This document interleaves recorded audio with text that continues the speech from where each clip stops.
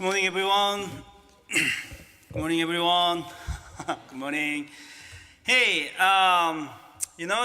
today I gonna give a message about offering. Okay, when I say we're gonna talk about offering, are you nervous? I am nervous. I'm nervous to talk about offering. It's because it's not popular topic. People do not want to hear about money or offering, but I found I have to. During last 6 years, I'm preaching here every Sunday about more than 300 times. I gave a sermon about offering only 2 times. It's one time as a season, 2 weeks consecutively. 3 years ago, I gave the sermon about offering because at that time, church went through very the serious financial crisis. So we had to talk about offering. And then I didn't talk about it all. Some pastors, they regularly talk about offering and they think it's the right thing. I know one of my friends who pastor give a sermon every first Sunday of the year. He thinks it's a duty to talk about offering once a year. I don't do that because I don't like it. I don't like to talk about it.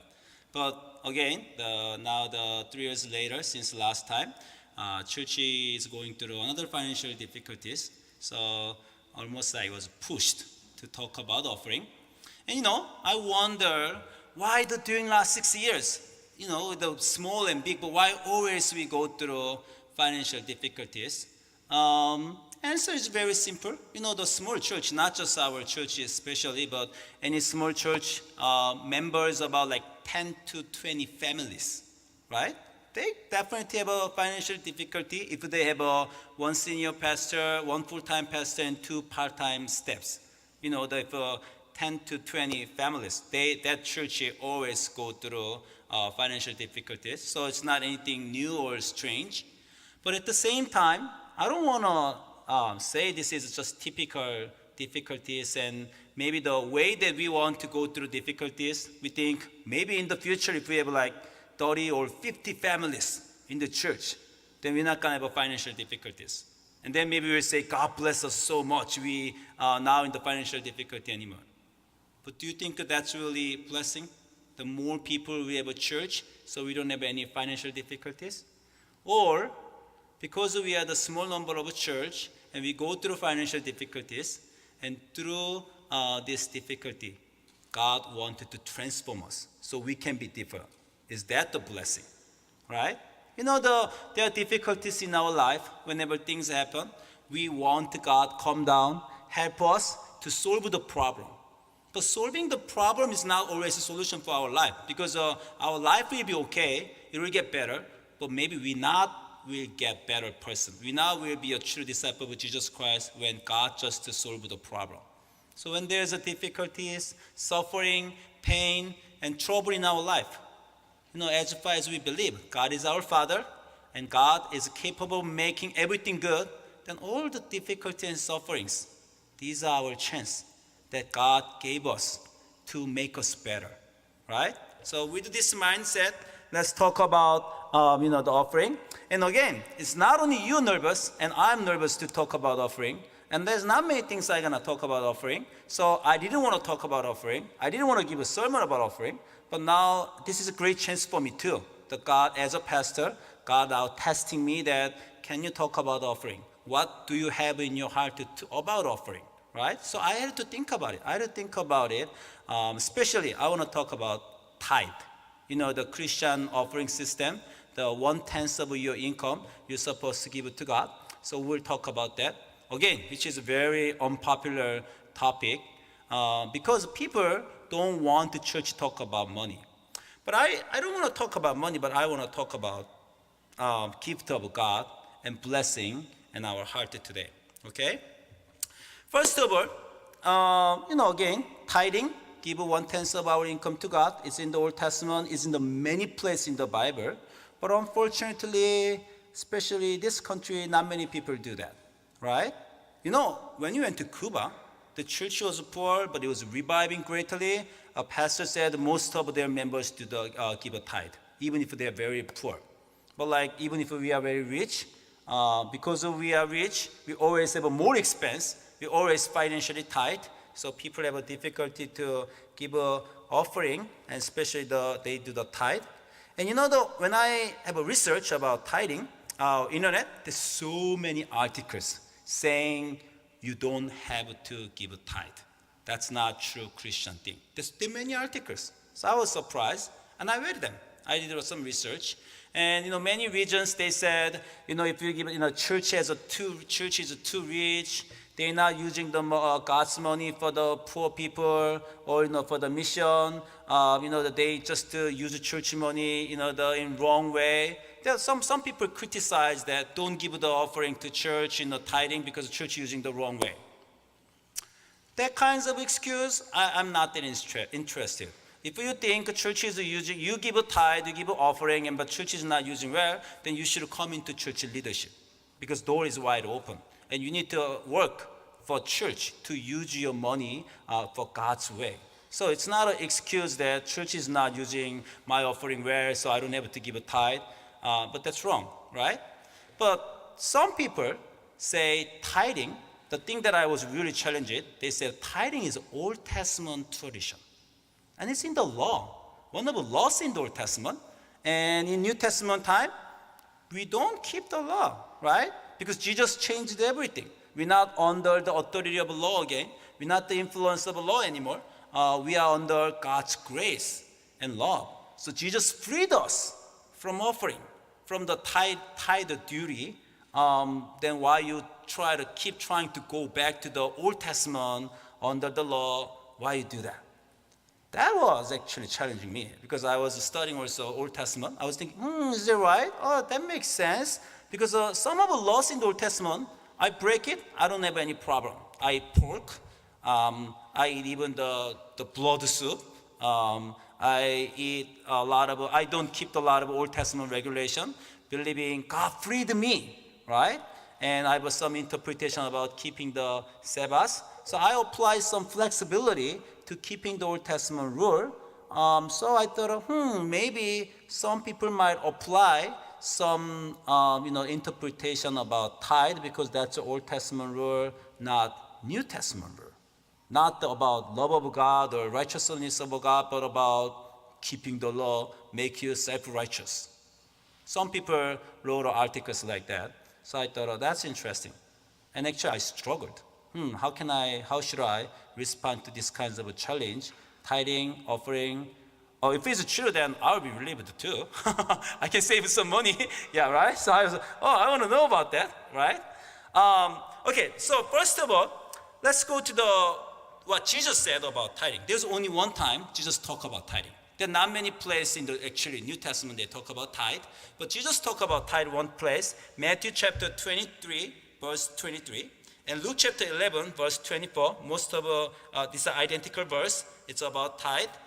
So Jesus criticized actually the Jewish leaders, and he said like this: "Woe to you, teachers of the law and Pharisees, you hypocrite! You give a tenth of your spices." So up to here sounds like giving tithes is it doesn't make us righteous. It's like a hypocritical thing.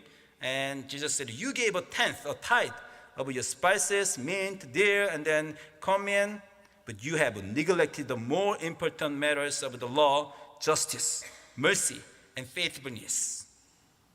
Sounds good, right? Maybe tithing is not that important, offering is not that important. We need to focus on more like the justice, mercy, the faithfulness, the true spirit of the law, right?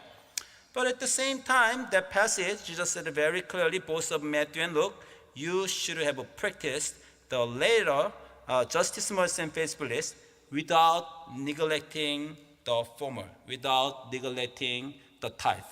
So he never abolished tithe. Jesus never said you don't have to give a tithe, but he assumed that people give a tithe. But the giving the tithe, it's not just about the issue whether we're gonna give a tithe or not. It's not just the issue specific about offering. It's the issue for the law. The Old New Testament, a lot of place. Should we keep the law of the Old Testament? What laws validate? What laws we can just ignore? That's a huge issue. And especially because Jesus was accused by Pharisees, he broke the law of the Old Testament, right? So I want to talk about more like broad topic. What's the law? And again, tithe is just a part of the law, like keeping the Sabbath, giving tithe, or do something like in the law of the things in the Old Testament. Let's talk about general. So what's the concept of Jesus Christ about the law? Matthew chapter 5, 17 and 18. Jesus talk about law like this. Do not think that I have come to abolish the law or the prophet. I have not come to abolish them, but to fulfill them. I tell you the truth, until heaven and earth disappear, not the smallest letter, not the least stroke of the pen will by any means disappear from the law until everything is accomplished. So very clear, Jesus did not come to abolish the law. He said, I came to fulfill the law, right? And he said, every single letter of Old Testament law, they will be accomplished. Sounds great. He is advocating the law of the Old Testament because law in the Old Testament is what God gave to people. God should not be mistaken. God cannot give the wrong thing. So Jesus said the law is the right thing. But at the same time, if you again read the life of Jesus, he broke the law many times. The law of the Old Testament, he broke them many times. And then one of the main laws that he was keep breaking, keep arguing with the Pharisees and the law teachers is about the keeping the Sabbath, right? So today's passage, before we talk about the money or offering, I want to talk about the Sabbath. So Mark chapter 2, 23, 28, today's passage about the Sabbath. One Sabbath, by the way, I hope that everybody know about Sabbath. Sabbath is the once a week. God created the world in 6 days, and seventh day God took a rest, and God said that seventh day also because I took a rest, you also human beings, you also take a rest, and that's a Sabbath, right? The Sabbath means taking rest once a week. Jewish they kept the Sabbath on Saturday, but after Jesus' resurrection on Sunday, Christians took over Jewish Sabbath on Sunday, so we take a rest on Sunday. So Sunday, actually, it's Sabbath. We make it holy, and we're not supposed to work. That's the reason instead of working, we come here to give worship to God. Some of actually criticism about Sabbath, people come to church to work. Eddie is working at the kitchen. Sunday school teachers is working at the Sunday school class. Praise team working hard from the morning. So Sabbath, are we breaking the Sabbath by coming to church to work? That's also, I think, a valid challenge. We need to think about it. But today, if I go back to the passage, Mark chapter 2 again. On Sabbath, Jesus was going through the grain field, and as the disciples walked along, they began to pick some heads of grain. So they worked, they harvested, which was prohibited by law. So Pharisees said to Jesus, look, why are they doing what is unlawful on Sabbath? And Jesus answered, have you never read what David did? David is the greatest king of Israel. You respect him. There should be no mistake in his life. So haven't you read what David did? When he was hungry, in the days that he went to the temple, a sanctuary, and there was the bread only, consecrated bread only given to God. So other than priest, no one's supposed to eat it, but David ate it. David ate it. So even David broke the law, but there was no criticism about it in the scripture. So maybe breaking the law is not always wrong. That's what Jesus said. And he said in verse 27, the Sabbath was made for man, not man for the Sabbath. The Son of Man is Lord even the Sabbath. I want to say this is a summary about all the law. You put the offering here, okay? The offering was made for man, not made for the offering. Or you put the tithe here. The tithe was made for man, not man for the tithe. Or you put the law, anything in the Old Testament. The law was made for man, not man for the law. That's what Jesus' understanding and about the law. How does that work? I just want to give a short summary about the interpretation of the Sabbath, which I believe you know already. Deuteronomy chapter 5, 12 to 14. There was a law about Sabbath in the Old Testament. Observe the Sabbath day by keeping it holy, right? Do not work, keeping it holy, as the Lord your God has commanded you. 6 days you shall labor, but do all your work. But seventh day, seventh day is a Sabbath to the Lord your God. On that day, you're not supposed to work, right? But here, very specific people who should not work, it says on Sabbath, you shall not do any work, neither you, nor your son or daughter, nor your manservant, nor maidservant, nor your ox, your donkey, or any of your animals, nor the alien within your gate, so that your manservant and maidservant may rest as you do. So according to this passage, we can see Jesus care of the poor people. In Sabbath is not just day that everybody take a rest, especially those who could not take rest at all during the 7 days or 365 days, like slaves, servant, or the daily laborers. They could not take the rest at all, especially the owner masters. They abused their labor. So Jesus said, by law of God, everybody should take a rest on Sabbath, especially your manservant and maidservant. So spirit of the law about Sabbath is take care of the poor people. Take care of those who could not have a rest in their life. But by giving the law of Sabbath, I'm telling you that you should take care of the poor people. And in this understanding, what Jesus did make sense. Jesus and his disciples, they were poor. Sabbath is the day to take care of the poor. And poor walked the street, and they went to the grain field, and poor, they took some of them to eat it to fill their hunger. And Jesus thought that's not anything wrong, because the Sabbath is day for the poor, and poor people, they get the food and then they save themselves. Same way, when somebody was sick for like 30 years and 20 years, still the Pharisees said, doctors, anybody, don't help that person because this is Sabbath. But Jesus knew Sabbath is for the poor people, weak people, people who are sick. So Jesus willing to heal them on Sabbath because he believed that's the spirit of Sabbath, that I'm going to take care of the people who are weak on the Sabbath. So Jesus thought, I'm going to fulfill the law by breaking your concept of the law, right? So in this, the understanding, Jesus' understanding is not just keep the law, but he want to fulfill the law through obeying the law. Then now we want to go back to the offering again, tithe. Actually, I found the most of passages in the Old Testament about the tithe. So first passage, the very first word tithe in the Bible is in the Genesis chapter 14. There was Abraham. He fought against the 6 kings, and he was victorious. He defeated the 6 local kings.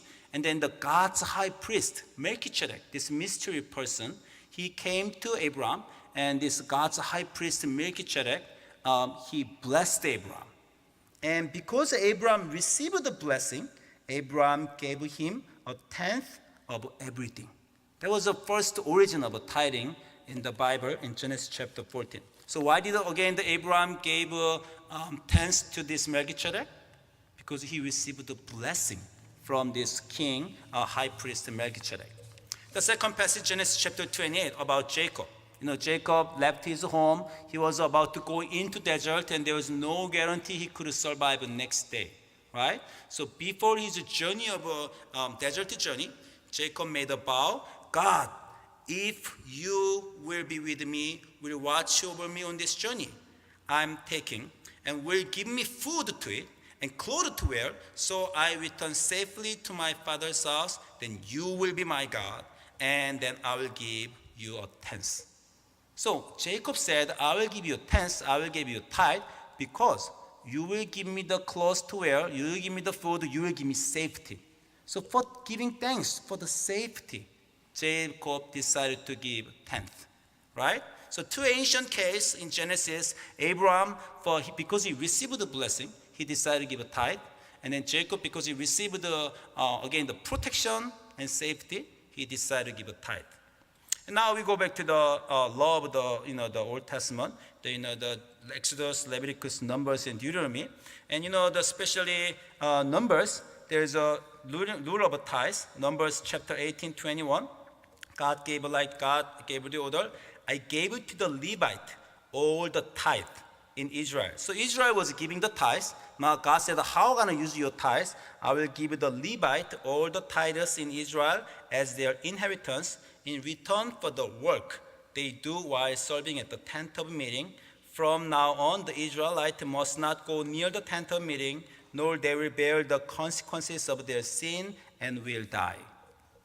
You know what God was saying here, the story that there were 12 tribes of Israel, and God said, the Levites, you should not work. You should not work for your own profit. You serve at the tent of the meeting or temple. So because you don't have any income, because you serve at the tent of the meeting, I order the rest of 10 or 11 tribes, they take their tenths of their income and give it to Levites. So Levites don't have to work, but they just serve the tent of God. The reason they should do that, because if they don't do that, you will die. That was God saying. The consequence of your sin and die. If you just come to me now, you become my people. I become your God. And if you worship me in wrong way, you will die. So to save your life, I especially assigned the one tribe which is not supposed to work for their own profit, but they supposed to serve me. It actually happened. If you see Leviticus chapter 10 and chapter 10 verse 1 to 2, even though among the Levites, Aaron's son, Nadab and then Ahihu, they gave the wrong, the offering to God. They offered the unauthorized fire before God, and contrary to God's command, a fire came out from the presence of the Lord and consumed them. They died before the Lord. That's how it was. Because God chose them as a people of God. God's holy presence was with God, with the people. There was honor and glory. These people were chosen, they're very special. But because they were with God, they had to know how to give worship God properly. And they couldn't do that. So God assigned one of their tribes, Levite tribes, you just serve me because you serve correctly, worship me, and so people don't have to die. So the tenth tithe, this case, for saving your life. By giving your tenth, that your life will be saved when you worship God. Right? That's the Numbers. And we're going to go two more passages. Passage in the Deuteronomy chapter 14, 20 to 23. Now again, the God says, be sure to set aside the tenth of all that your field produce each year. Eat the tithe of your grain, new wine and oil, and then firstborn of your herd and the flocks in the presence of the Lord your God at the place he will choose as a dwelling for his name, so that you may learn to revere the Lord your God. So here the tithing is to revere Lord your God. You learn to respect, how to respect God. And the setting aside tithes means if you set anything aside for God, that become holy. So God is saying, among your all property, all your money, set aside the tenth for God, then you can practice holiness. So by giving tithes, by giving tenth, you can be holy. And when you can be holy, what happened?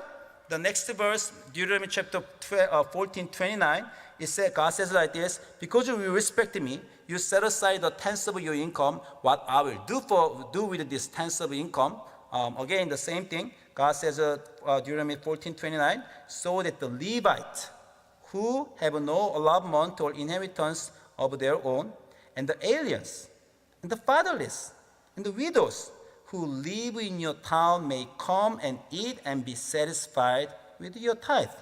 And so, that's good. Like in our society, if you give a tithe, with that tithe, then you can give a proper worship with a pastor or priest. And not only for that, we use that money for the community, for the poor people. Again, if a church is not doing it, churches should be criticized because they're not supporting the poor, they're not sharing their money with the poor people. But actually, the spirit, the reason of a tithe is they're supposed to do it, right? You give a tithe, and then with that money, the Levites will live, and aliens, fatherless, widow live. Your community will be much better, and it will be beautiful. And most important thing here again, so that Lord your God may bless you, and in all the work your hands. Again, the reason of tithing here, blessing. I want to bless you. I'm not giving you obligation, responsibility that you don't like it. I want to bless you because I want to bless you. I'm giving this rule to you, right?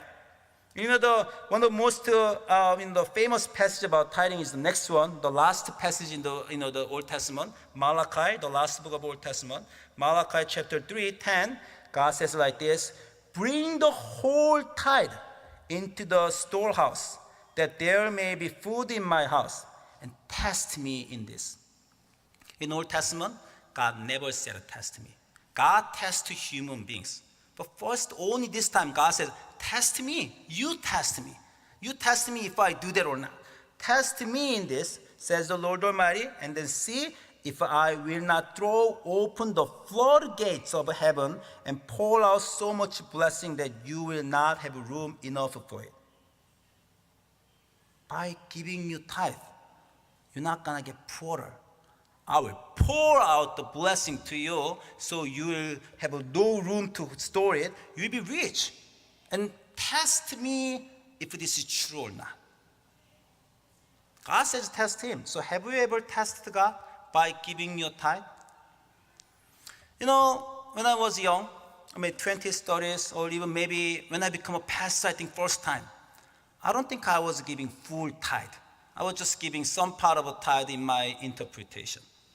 And something happened in life, and actually God pushed me. I was pushed. I was not voluntarily give because my heart was touched, but something happened, like either church went to the financial crisis or I went to some personal difficulties. So I had to give more offering onto the full tithe. It's God's blessing again. God gave me difficulty, pushed me to do it. And you know what? Ever since that, we have more money, more money, more money. The more I gave, strangely, the more I gave, the less money I should have in my pocket. But continuously, we have more money. We just become richer and richer the more we gave. And I say that because it's my just personal story. And all the people that I know, I'm not saying all the people in the world, but all the people around me, my friends, it happened to them too. As far as I know, all my friends who start giving the full tithe, they were blessed by God. Their finance get better.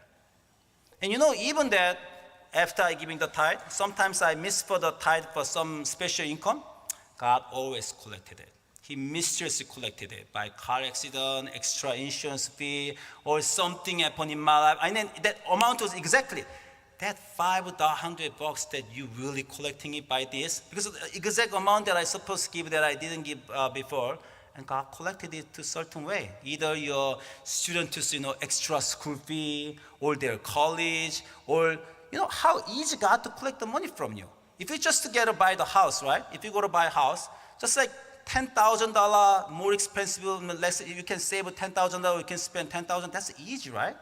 There's a lot of easy way God can collect the money from you. And again, when God collects the money from you, it's not because God hates you, but because God want to bless you, God want to make you perfect. So the more you give, the more you will receive. If I say like this, people will start thinking, the typical fake pastor, the talking about money. The more you give, the more you receive. Hallelujah! You'll be rich if you give more. Some pastors do, right? And they're really fake. And many of them fake. I know that. So the problem is, the pastor says, the more you give, the more you receive. And some people can say, Pastor, I gave more, I lost my job. What's going on? Do you think it can happen or not? When I ask that, some people say, no, it can never happen. I hope so. They said, the more you give, the more you serve the Lord, your life will be more blessed. But if it's like mechanically like that, is there anybody who not giving more to God? Because everybody very sure they know the more I give, the full tithe, even like 20% I give, God gave me the 200% back. Everybody without any problem, they will give more to God. Problem is, once in a while, or very, very rarely, some people do not receive more when they gave more. That's the problem. And God said, test me. If you give me more, if you give your full tithe, I'm going to bless you. You like giving like 5% or 2%, but if you give 10%, you lose big money, but you're supposed to receive more like sooner or later. If that could happen really, every time automatically, everybody will be faithful, no problem to give, but sometimes it doesn't happen, right? Sometimes, again, very rarely. Somebody does not agree with me. They're very faithful. Pastor, that can never happen. God will not be tasted. God will always give you blessing. Actually, I asked this question in the youth worship. The Caris. She said, I asked her, Caris, what do you think it can happen or not? And she said, maybe it can happen. So what is the Caris is like 6th grade. And so what's wrong with that? You know what she answered? God has a master plan for that case. Even she has an answer. Even if you don't have a reward right away for what you gave, God has a master plan that eventually you will be blessed, right? And there's another thing. Do you remember what I preached last Sunday? I preached about Jesus' peace. Jesus gave a strong commitment and promise, I will not give you the peace this world will give you. I will give you peace that I will give you. I will give you not worldly peace, I will give you my peace. And the last Sunday we shared the story that the worldly peace is what we all want. We want true peace, vacation, not crowd, no stress, no trouble in our life. That's a peace we want. That's a worldly peace. The peace this world will give. And we love this peace. And because God is our true parents, God says, I'm not going to give you that peace. Every time when our children ask something to us, we don't give what they ask us, but we give them what we think best for them, right?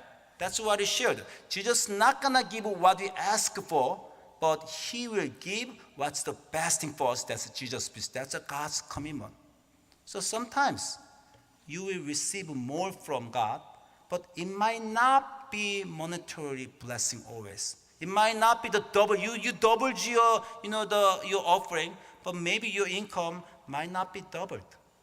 But still, Jesus promised very something special. In the New Testament again, there are not many places talk about tithe. That Jesus confirmed one time, you also should do that. I don't come to abolish it. But there's a place that they talk about offering. So Apostle Paul talk about offering, not tithe, but he talk about offering. 2 Corinthians chapter 9, verses 6 to 9. Apostle Paul says like this, remember this, whoever sows sparingly will also reap sparingly. And whoever sows generously will also reap generously. Paul says that. He was talking about money now. Here's an offering. Whoever give less offering, you will receive less blessing. Whoever give more offering, you will receive more blessing. Who will give more offering, more blessing. Right? And he says, each man should give what he has decided in his heart to give, not reluctantly or under compulsion, for God loves a cheerful giver. This is one of the most common things that in church we keep sharing. Don't give reluctantly. Don't give because of obligation. Because tithe is not law. If it's law, we'll abolish it. Because we're not living in the Old Testament generation. Tithe is not your obligation. If it is a law, people will do like this. I keep the law, I'm part of myself. They broke the law, they should be blamed. If we think a tithe is law, then those who give a tithe, they're part of themselves. Those who do not give a tithe, people will blame them. Oh, they're not the good Christian. That is a law. That's how we treat the tithe as a law. But tithe is not law. If it's law, Jesus will not confirm it. But it's more than that. It's a blessing. You will give cheerfully, not as an obligation. Do you like this passage? I think that this is a really, really, really ideal passage. Can anybody give cheerfully when you give money? Even when I write a check, my hands like shaking sometimes. Ooh, this month I'm writing this much money to give offering. I think I give because I think I'm supposed to give a tithe. But am I giving really cheerfully? Who can give money cheerfully away, right? But there are the people. There are many people in the world who give their money away cheerfully. You know what we call about them? Shopping addictor. Everybody who shop a lot, they give away their money, right? They have a big money in their pocket, but they really addicted to use their money, give away money. They just keep giving money to do what? To get something they like it. Strangely, people want to have money, but actually they want to give away money to have what they want. I have 2 cars right now, and it's my joy having 2 cars. both of them kinds of brand new. So 2013 Odyssey and 2016 Civic. For the last 20 years, my dream car was a Civic. So at last, my dream came true. And when I see the two cars in my garage, I feel like my immigration life in the United States is successful. After 20 years. First year I got like a $2,000 old car and it stopped in the street and it happened every time. And I wish that someday I want to have a new car. At last, I have my dream car. At last, two cars, and they're very consistent. It doesn't have to be Civic or Odyssey. Maybe it can be like Corolla or Sienna. Or it can be like Cruze or whatever Chevy big car, right? It can be something like that, but whenever I see, I'm so happy that at last I got my dream car and my American dream came true. I have my car, right? And I am paying monthly for my new car. Do I regret to pay? No, I'm very happy to pay because I love my car. Whenever I pay my car, I remember every day that how this car drives so smoothly. I love this car to go everywhere because I love this car. I'm not reluctant to pay its monthly payment because I like it. How can your offering be cheerful offering? If it is an obligation, God wants me to give a tithe. I should give a tithe. If I don't give a tithe, I'll be unrighteous. If I give a tithe, I'll be righteous. Then you always will be reluctant. And maybe some of you, there may be two kinds of people here, maybe in my audience today, a congregation. The people, when I start saying I'm talking about tithe, half of you think, I'm safe. I'm already giving. So it's not the story about me. Maybe half of you, I'm nervous. What are you going to try to persuade me think that I want that about tithe, right?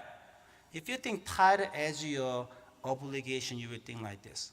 But what Apostle Paul says like this, cheerful giver. And how can it be cheerful giver? Next passage says like this, and God is able to make all grace abound to you, so that in all things at all times have all that you need, you will abound in every good work.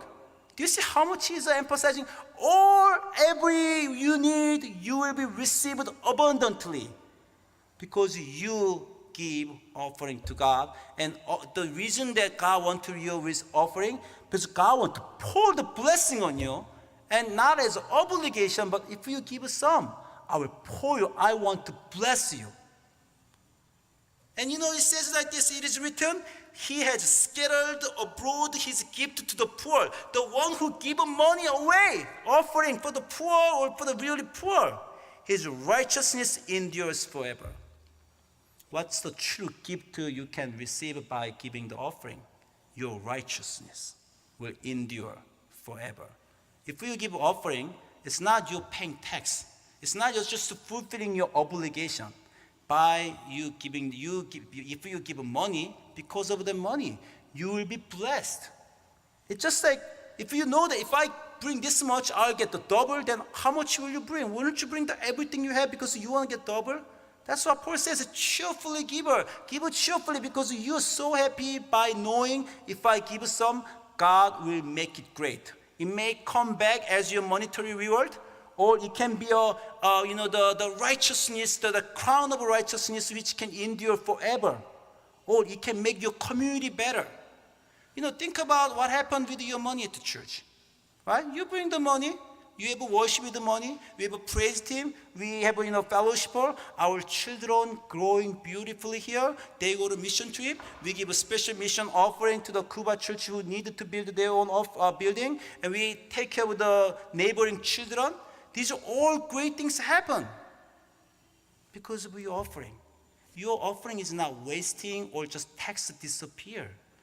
It's an investment. You give it this much and God multiplied abundantly, either returning to you with the money or either giving you eternal gift to you about your righteousness, or your community will be benefit because of your offering, but not like as much as you give. If you give small, God multiplied and use them to bring the big gift to your life, to your community. The more you give, your life, your community, and this world will be better because of your money. It's not like I'm just paying my car and then I'm so happy for my car. If you give this offering, the things we will receive, what God will return. Test me whether it's abundant blessing or not. You will see how your life will be different. Test me. That's what God says. Offering, tithe, is like what God told you to do to bless you. You're just losing that chance by not giving it. You're missing the opportunity to receive a blessing. You think I saved the money, but no, you didn't save. You wasted your chance of receiving the blessing. That is about offering. That's what God says. Test me. If I'm not ready to pour out my gift to you, maybe you need faith because you have a lot of other usage to use money. But trust me, I'm capable of giving you more than you need. You just give me some. I will multiply it for your life, for your spiritual life, for your material and physical life, and for your community, for your congregation, and for this world. Wouldn't be cheerful by giving more if you truly know what your money can do when it was given to God. That's a blessing, not obligation. So even if you give a tithe, if you know that it's just like God will multiply more and more if I give more, tithe is not enough. You know, the John Wesley, his life, when he get the income, he just calculate the only thing he need, everything he gave for offering. You know, the Rick Warren, the church in the Saddleback Church, he was giving tithe, and he thought, oh, I don't want to be a slave of money. I want to give more to God. So every year he increased 1%. He ended up 90% offering of his income, giving as an offering. He gave 90% of his income as offering, and still his life was abundant. That's what God promised you. It's not like I'm safe because I gave already. I'm nervous because I didn't give. As long as you surely understand what offering is, what tithe is, it is God's promise of blessing for your life. You will like to receive this blessing, and it will be cheerful to giving this offering to God. Let's pray.